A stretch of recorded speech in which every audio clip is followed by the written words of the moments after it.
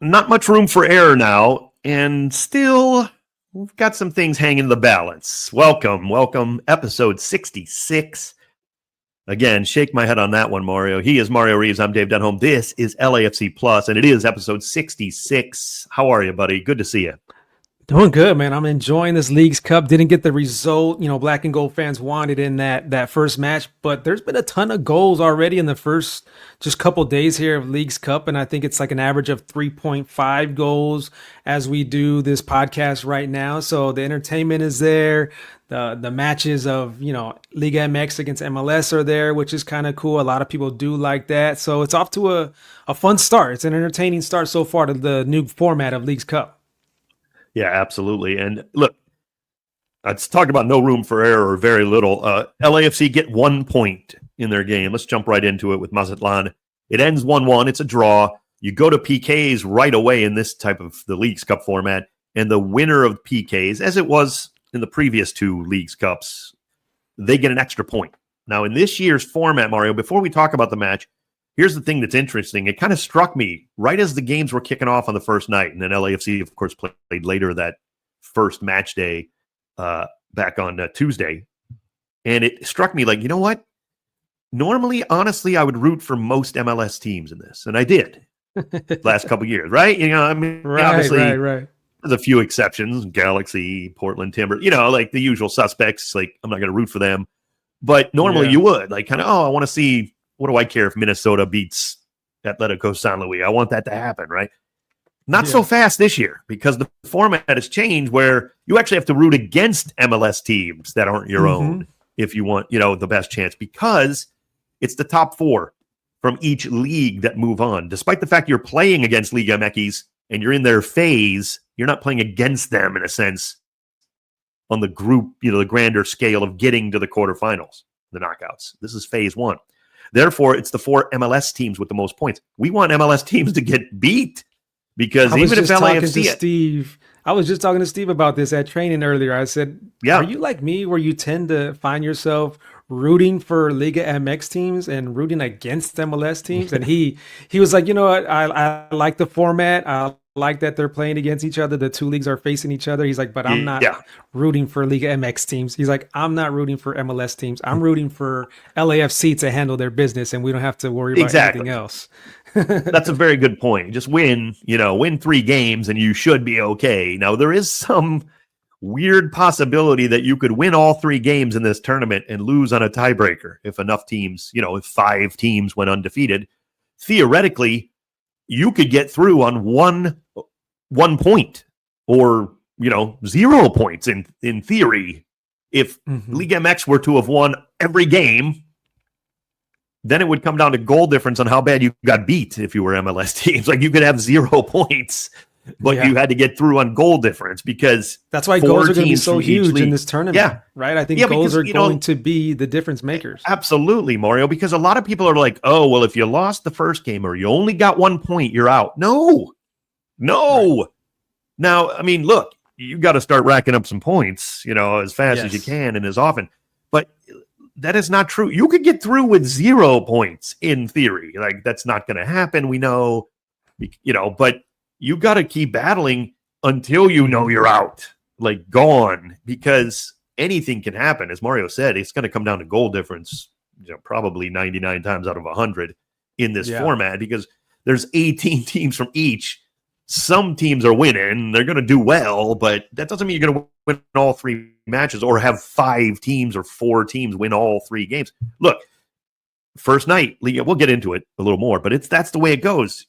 You want that extra point, and LAFC didn't get it, Mario. They lose 11-10 on a 12-round shootout, which was incredible. Guys were just pumping in PKs after the 1-1 draw in the game. Let's go back to the game, Mario, just briefly. We'll talk a little bit about it. LAFC rotate, I wouldn't say heavily, but they rotated, right? You saw that lineup, and I loved it. And I thought the team played pretty well based on so much rotation. I really did. I'm not just saying, look, we are not, this show, yes, we work for LAFC. We tell the truth, okay? Yeah. Like, we're not, I was actually not, like, upset after that match, other than Yeah, we should have maybe finished them off. Don't get me wrong. You should win that game. We had our chances, but we played pretty well. Yeah, it was a really rotated lineup. It really was a lineup that we've never seen before. You got Ochoa in there in the absence of Hugo Lloris, who's away, in the green card process that he's going through right now. But it was a good first half. There was a lot of chances created. It was a good rhythm. Unfortunately, LAFC did come out of that first half 1-1. It could have been a game that they put away, actually, just in that first half with all the chances they were getting. David misses one off the crossbar that he probably would make 99 out of 100 times. But David also just played amazing. La Joya de Venezuela is what they call him. Of course, the jewel from Venezuela just came out with all the confidence in the world, because I think that he knew, like, this is my time. With that lineup that was put together there, he was going to have to lead the attack, and he did. And I think David just gave everybody their money's worth that was there at BMO Stadium, and the people that were tuned in on the radio, the people that were tuned in on Apple TV, because I was getting texts while we were up in the booth. Wow, David Martinez is on fire. And then I'm shooting you a text too. Like, he was just a joy to watch that game, and that's what we want to see more of. More David Martinez doing his thing like that, because you know how talented he is and how entertaining he can be. Yeah, you don't have to convince me if you're a fan of David Martinez out there, because if you've listened to the show more than once, Mario knows I think David Martinez he's the most talented player in MLS that's not Lionel Messi. There, I said it. Long way to go for the kid, and I've said that before too, no question. He's 19. I get it. Things happen in professional sports. There's nothing guaranteed for veterans, let alone a kid who's just starting to break in professionally. But the sky is the limit.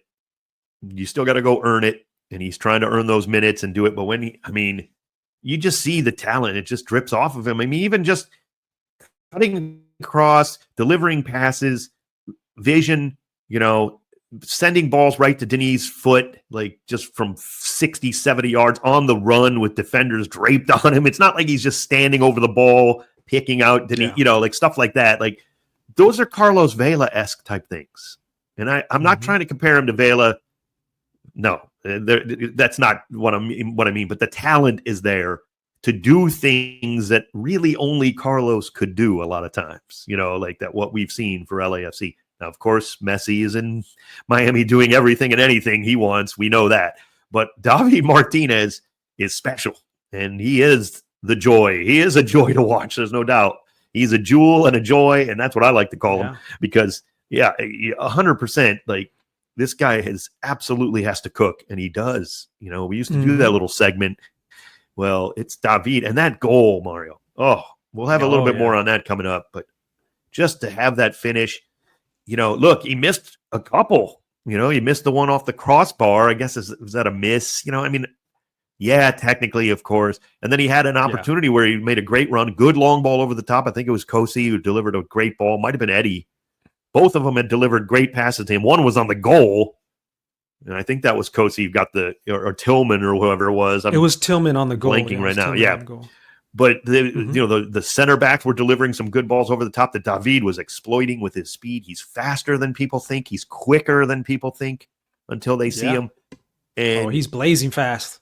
Yeah, it's because he doesn't necessarily give off that, like, I'm just going to run by you all the time. He doesn't have to do that either. Like, he's not. Yeah, but when he turns on those jets, he is off and running. And he knows how to use the body, too. He definitely knows how to put his body, his shoulder, his hip in front of you and get that position, And with that speed like that, it's going to be hard to stop him. And then with the touch that he has and just the flair that he has, he is a problem for opponents. It's just a matter of him getting those minutes and taking advantage of times like that against Mazatlán, and hopefully we see more of that in the next match against Pachuca. But yeah, that result was not really expected. For me, I didn't really expect that result in the first match of Leagues Cup against a Mazatlán team who's, kind of struggles in Liga MX in their young history, and then LAFC is always a team that likes to be towards the top of MLS. So I really thought LAFC was going to handle their business, and, you got to make up ground now. You got to make up ground in these next two games, because there's only 3 games here in this first little phase here that you got to get through. So you got to make up ground now. And being at home, you got to take care of business. Yeah, I agree. But I'll be surprised if Mazatlán doesn't do well in Liga MX this year. No, I'm not saying they're a threat to win the Apertura or anything, but they look a little better to me overall. And then when you see them closer in the depth, they have a little more depth, it seems. Now, injuries, obviously, a crucial factor. They don't have that much depth. But I thought their defense was a lot better than I anticipated, to be perfectly honest. They got good goalkeeping. I think their defense is solid. They get up and down the wings when they need to. Fierro's a nice little piece in the midfield. Torres is kind of quieter, but he does a lot of the dirty work. Look, it's about scoring goals for them. They don't have a ton of that. Now, if Dudu and Fabio can kind of put the Brazilian magic together, they can be dangerous. They showed that on the goal they scored against LAFC just 2 minutes after David's goal. Beautifully worked goal between Dudu Teodora and his countryman Fabio. And they're expecting big things out of them. Both new for the Apertura, both just coming in. So that might change things up. Now, they got to get goals.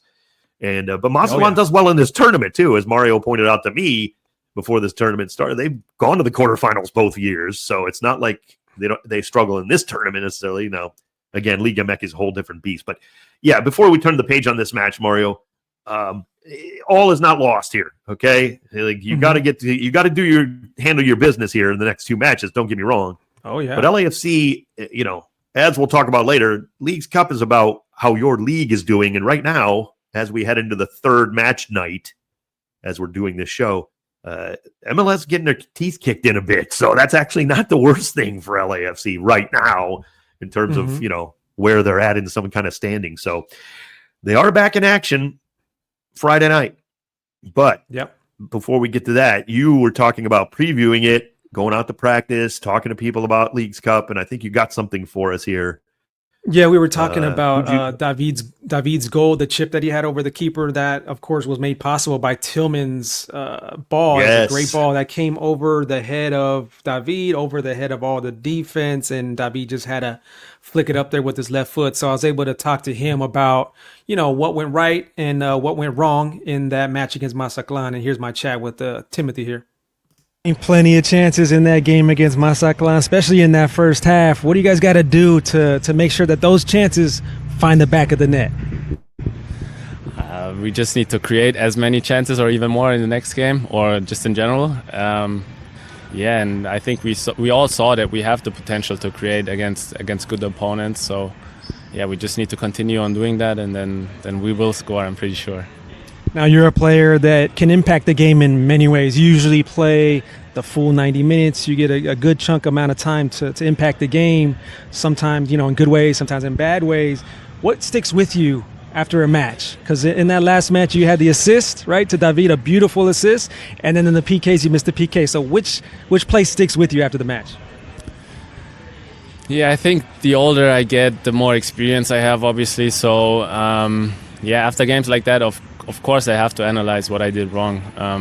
I thought about the PK first, but then also I need to look at, what situations were good? Where did I have a good action? Where did I have a good solution for something? So, I just need to learn from both sides, learn from the positive and the negative things, and then, in the end, the world goes on, and we have our next game tomorrow already. Now, it's been a busy year, as usual, here at LAFC. You guys have played against Premier League teams, Brazilian teams, Mexican teams. How fun is that to sprinkle those different type of games into the calendar? It's very nice. It's always cool to compete against the best teams of other countries as well. Not saying we're not focusing on the MLS, but it's just a nice thing in between, just to get the chance to play against the best teams from somewhere else, and then show what we are capable of. Now I want to get your opinion on the dynamic of this new format of Leagues Cup, because I find myself rooting against the MLS team so that LAFC can be up top, right? So I'm interested to see, are you rooting for the Liga MX teams against MLS teams? How does that work for you?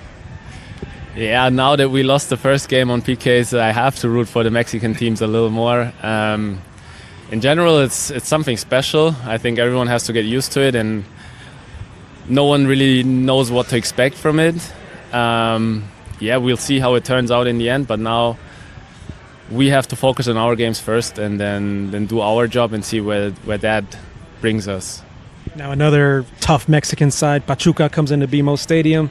They're riding high on confidence after beating San Diego FC, who's a strong team in the Western Conference in MLS. What do you expect in that battle? Like you said, a really good team. Very straightforward, very direct. Like, I don't want to say simple, but just like they have a clear way of attacking, and it's very good. They have a very good attacker or striker, good attacking players as well, good crosses. So we really have to take a good, have to defend very well, protect our goal really well, and then it's going to be a tough game, but I think a nice one to watch. Go get him in this one. Go get those full 3 points. Thanks for the time, Timmy. Thank you. I like him keeping it real in that one. I like him saying that I do root for the Liga MX team because of the result that happened in the first match. So props to Timmy on that one. And the fact that he knows that how they like to attack, how they like to go forward with their offense, that I think might help out LAFC. The fact that it's really clear the way they are in their attack. Yeah, I don't think there's any doubt of that. I think you're absolutely right. That's good stuff there. LAFC are back in MLS action, in action in the Leagues Cup on Friday against Pachuca. So quick turnaround here as we do this. We don't have much time before this game on Friday, August 1st. Pachuca held on to beat San Diego FC 3-2. It was really not that close. They actually allowed a couple of late goals to San Diego after San Diego had actually gone down a man. They scrapped back 2 goals. And one of them, Luca Bombino, like in the 90 plus 10. So it was like right at the end. That made it 3-2, but Pachuca held on. They're not afraid to score and open up the game, Mario. Yeah. That's kind of their, they don't usually give up 2 goals in a match. They're unbeaten in Liga MX, haven't, obviously won this game outright for the full 3 points against San Diego. But generally, LAFC doesn't want to play that way, right? We're not trying to open up and play 5-4 matches either. So it's kind of I'm putting the old fists together here, a little conflict of styles here maybe between LAFC and Pachuca. That one is what kind of interests me the most in this match. It's who kind of wins out on that, hey, play our it's a style that favors LAFC. Yeah. I think it goes into LAFC's hand, I believe. And Pachuca is a team that is very confident with their attack, and now they're going to be even more confident coming into this match day 2 after that win in San Diego that they did. They dominated that game, honestly. The scoreline was a lot closer than what it really was, but they're a strong team, and they play strong too. They play physical as well. They play with a lot of intensity. It's up to LAFC to really match that intensity, especially being at home. You want to ride that intensity of the 3252, your home crowd. You want to get them, kind of on the back heels and ride that confidence of your home crowd. Yeah, I kind of like in Pachuca. They're the type of team, I'll say, they don't mind winning 4-3.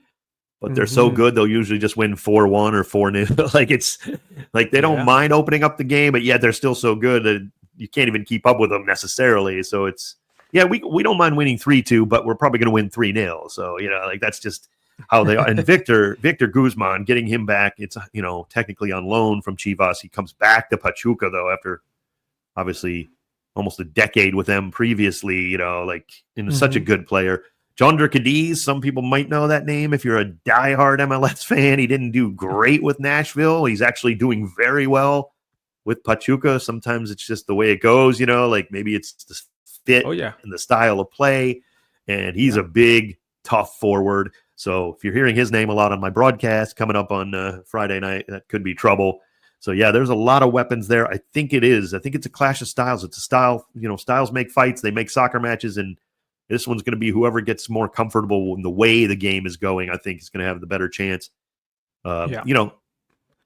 Obviously everybody wants to get full 3 points. LAFC maybe certainly a little more desperate, I guess is the wrong word maybe, but Pachuca, maybe they don't look at it like, okay, if it's tight late, maybe Pachuca's not pouring forward to try to get a win, we'll see how that kind of changes some things possibly going forward. But I think LAFC are going to get their chances though, just like they did against Mazatlán, but it all goes for nothing if you don't finish. And I also talked to Steve about that, about finishing those chances, and he was just saying like, what good is it to have possession and create these chances if you're not finding the back of the net? And he also said that this has been a bit of the issue all season long, which has been true. So you can appreciate that honesty, because that has been the truth. The LAFC create many chances. And after the game, you look at the stats and you look at, the shots on goal and, all these interesting stats, but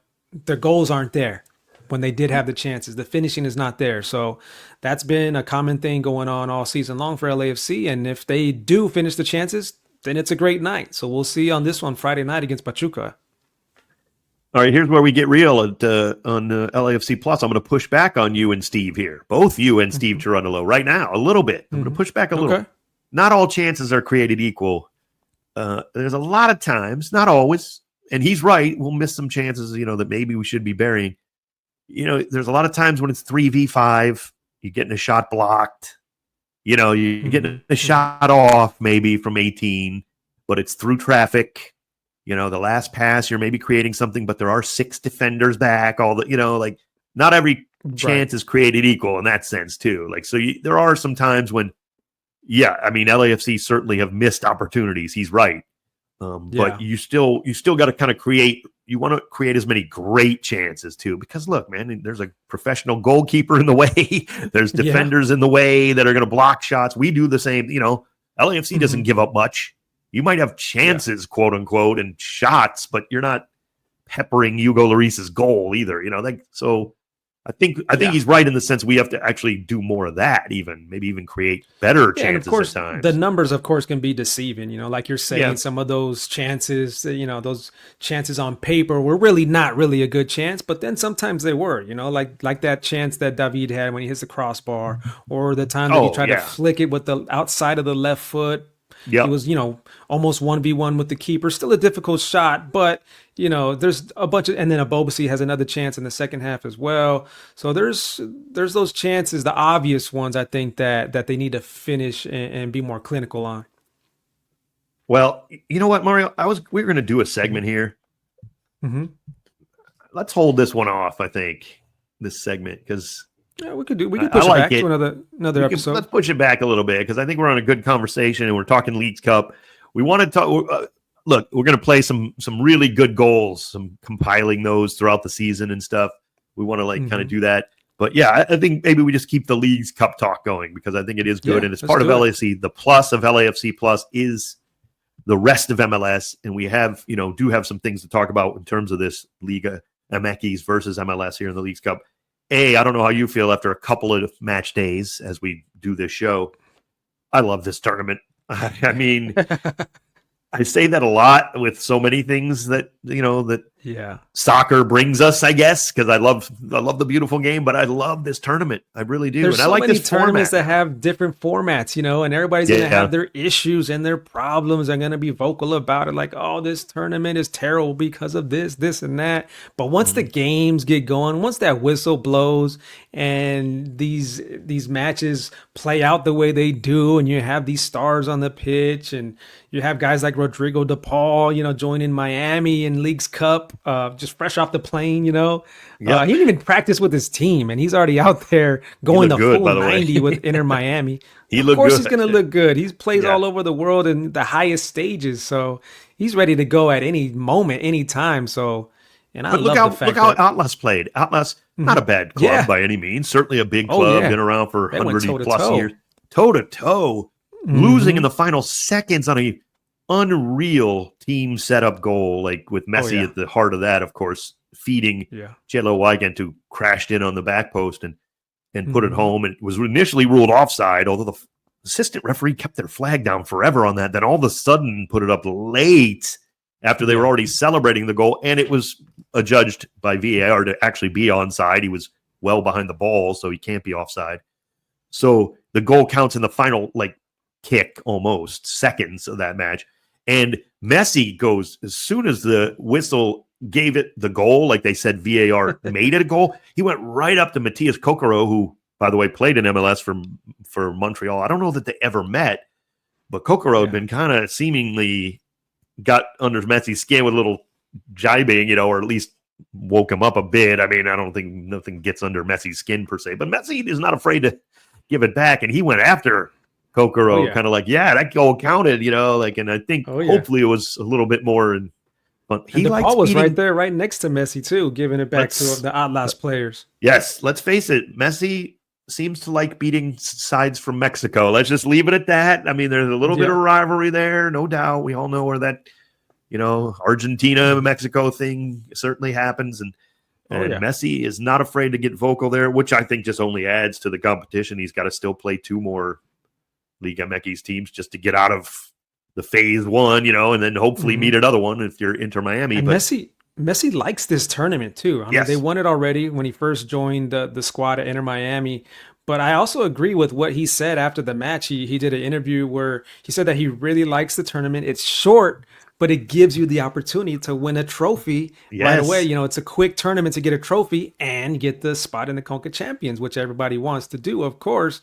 So if you're a team that has a chance, to get one of those top 4 spots in either one of the leagues, either MLS or in Liga MX, you get one of those top 4 teams, you're very, very close to raising a trophy and getting into Conca Champions. So it could be that easy. I mean, it's easier said than done because there is some talented teams in there. But, Miami, they want to go after it because look at the squad that they put out there. They put Messi, De Paul, Suarez, Busquets, Alba. So good. I mean, 5 like mega superstars in the world of football out there in this Leagues Cup tournament. That shows how much they want to win this thing. And then just after the match, like you were saying, Messi just jawing and just that energy and that passion coming out, and Rodrigo De Paul right away feeling it too. So that was cool to watch, and I love the fact that Miami's pushing the envelope for the rest of the MLS teams. Going out there and getting yet another big star player. So saying, "Hey, rest of MLS, keep up," and I'm pretty sure it motivates. And if you're out there, like you're a hater. LAFC. If you're a hater of this tournament, and I see some of you on social media, let me just call you out. And I'll say why, because a lot of times the line they use is, well, the Liga MX teams don't care. Stop besmirching professional athletes. You're embarrassing yourself and you're disrespecting the Liga MX teams because they are out there busting their tail. Now, they might not win every match. I know you don't want to hear that because most of you who are complaining about this tournament hate MLS for no good reason. And even if you have your own reasons, honestly, you hate MLS. Let's be honest. Yeah. So you're going to be smirching, the Liga MX sides don't care. These are not, and by the way, most of the time that's not Liga MX fans saying that either. It's the people who hate MLS that happen to live in America, the United States, for whatever reason. You're disrespecting the Liga MX sides because they are working hard. Like, they are playing well. They're playing hard. They're giving it their all. I don't see any cheap lineups out there. I saw Puebla play incredible football against New York City and embarrass New York City, frankly, and they deserve to win. So don't be telling me, the MLS they have success in this tournament only. Some of you might say it's because they play here. Okay. That's a legitimate beef that maybe someday you have to go play it in Mexico more. Well, guess what? The Mexican teams have a very, very good base of fans that come out for these games too. Like, most of the time, they're not like drowned out by Houston Dynamo fans, if we're being perfectly honest here. Now, you might get that at LAFC or you might get that at Atlanta or something, but most of the time the Liga MX sides are very well represented in the stands too and have a lot of, support. I know they're not at home, but don't give me they're not trying and they don't care. That's disrespectful to both the MLS teams and the Liga MX sides because they are working hard and they're great teams. I mean, they can certainly... They've been beaten. They've been embarrassed. Let's face it. They've lost the last 2 Leagues Cup. Bottom line. And it looks to me, Mario, in the first couple of match days, they're not going to let that happen again. Now, long way to go, but I like what I'm seeing from the Liga MX sides as well. Yeah, I like what I'm seeing from Pumas. That's one of the surprising teams for the Liga MX side that I like. It was a fun match with Orlando the other day in the PK shootout. Keylor Navas was in that shootout. Orlando and of course played great. The shootout win there.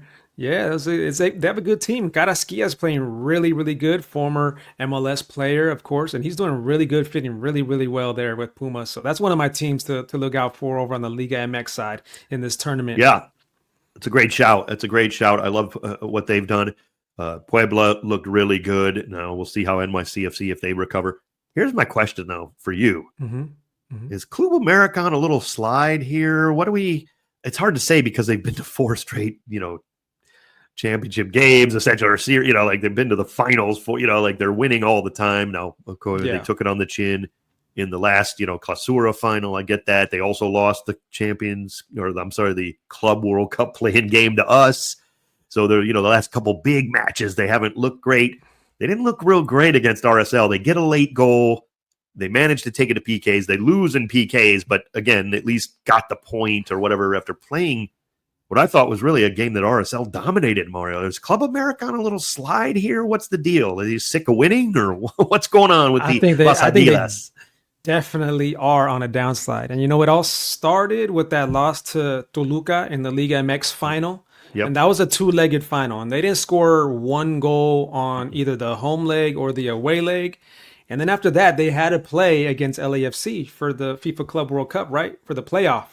And they lost there, which was a big loss, a devastating loss there. And then they went to the Campeones de Campeones Cup against Toluca again. They lost that one. So another trophy that they lost out on. Now they're over here in Leagues Cup. And they get to the PK shootout, and they lose in the PK shootout. So it is a little bit of a downslide, honestly, to keep it 100 with you. But there are some players that are playing well, and one of those players is Brian Rodriguez. Rodriguez is what a goal, killing it. Oof, His goal was just amazing, top bends banger against RSL to make it 1-1. And Brian Rodriguez just continues to shine there with Club America since leaving LAFC. Yeah, I mean, look, we all know they got talent that just upon talent, like they're 25 deep, no question. And any given day, they're going to put it together and destroy you. They can do that to anyone in this tournament, certainly in either Liga MX or MLS. But this might be the time that you got to take advantage. And RSL certainly came out and punched them in the nose a bit. Probably should have won that game, honestly. Again, credit to Club America for keeping it, kind of battling and at least, forcing the issue to PKs, which they lost in PKs. But again, they should have lost the match, frankly. I thought RSL was the better team. So we'll see how Club America. That's going to be an interesting story, though. Club America lost that the rest match of this way in the last two games. In a match that they really should have won before that match, because RSL is not really killing it in MLS. They've been up and down with MLS. So I think there might be a little bit of like overconfidence right there for Club America in that opening match against RSL. Very good point. Well, LAFC are back at it against Pachuca, as we talked about. Never easy. This team is tough. It's one of my favorites in Liga MX, but not on Friday nights. That's for sure. And it's going to be a good one. Airtime for the pregame will be carrying it on 710 ESPN, and the ESPN LA app is 7 p.m. Kickoff around 7:40. Cannot wait for this one, Mario. Can't wait to call it. You're obviously just give me your final thoughts of this match as we head into this. This is a very important game against Pachuca. Yeah, it's another big, Liga MX club here coming into BMO Stadium. It's on a Friday night. That Friday night energy is so cool at BMO Stadium. And they're just going to amp up to that third match against Tigres, which is next week on Tuesday, which is even bigger match, bigger fan base, so it's going to be cool. These next two games are really, really crucial. Of course, LAFC, I think they got to just go in all in for the 3 points in this one here and get goals. We need to see goals. There's already been a bunch of goals flying in this Leagues Cup tournament just in the first couple of days. LAFC got to get on that too, because those goals are going to come in really in handy there whenever you go to, goal differential and tiebreakers and all that stuff. I'll go out on a limb. A couple of wins, 4-0 each. And I'll take my chances with 7 points on a +8 goal difference. Let's just do that. 4-0, and then we'll see what happens. If we don't Portland get through with that, is sitting pretty. Portland Timbers got 4-0 win in their first game, and Minnesota United, I think, 4-1. 4-1 against Querétaro. So Atlético San Luis. That's what you got to do. Querétaro and Atlético San Luis are behind the 8 ball a bit, and they're going to have to root for MLS team. It's like that's the way it goes. They got to now root for MLS. You can't give up that many goals. Don't give up those goals. That's just as bad. Yeah, absolutely. Great stuff. Episode 66, LAFC Plus. Mario, always a pleasure. Thank you for listening. Subscribe, rate, review wherever you get your podcast or on YouTube. If you're seeing us, you're watching it on YouTube. We appreciate that. Let some people know LAFC Plus is for you. We appreciate it. Mario, take us out of here, brother. Good stuff. This has been LAFC Plus. That's Dave Denholm. I'm Mario Reeves. Make sure to catch us on the next one when it's going to be the second phase of Leagues Cup, right? Because this first phase will be over. Next time we talk to you guys, hopefully we're talking to you guys about LAFC advancing into the next stage here of Leagues Cup. All right, guys. Check you guys later. Peace.